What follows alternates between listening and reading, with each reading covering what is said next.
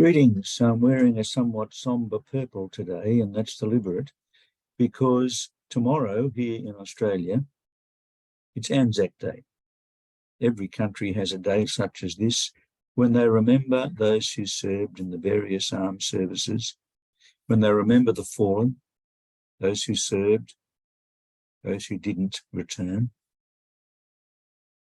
Hopefully, we begin to realise the real tragedy of war, the lives it takes, the people who we lost, and those who remained behind who had to cope with loss and had to cope with deprivation.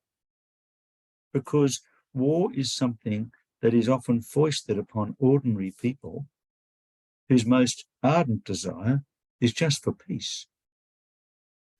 I do suspect that the people of Sudan at the moment would much rather have peace, and yet they're surrounded by war. And so we shed tears, and that's a very human thing to do.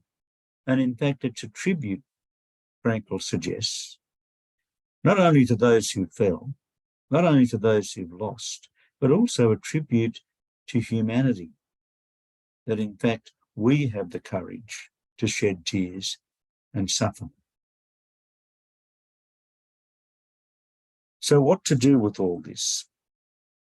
Frankl, of course, was a victim, among millions of others, in the Second World War. And what is it going to mean to us as we look beyond just war and commemorating the bravery and the courage of those who served? I'm going to share with you a brief piece of Viktor Frankl not long before he died, talking at the Holocaust Memorial in Vienna. Meine Damen und Herren, der Nationalsozialismus hat den Rassenwahn aufgebracht. Aber wenn ich Ihnen verraten darf, wie ich darüber denke, dann lautet meine Antwort so: Es gibt eigentlich nur zwei Menschenrassen. Und das ist die Rasse der anständigen Menschen und die Rasse der unanständigen Menschen. Und die Rassentrennung geht quer hindurch durch alle Nationen.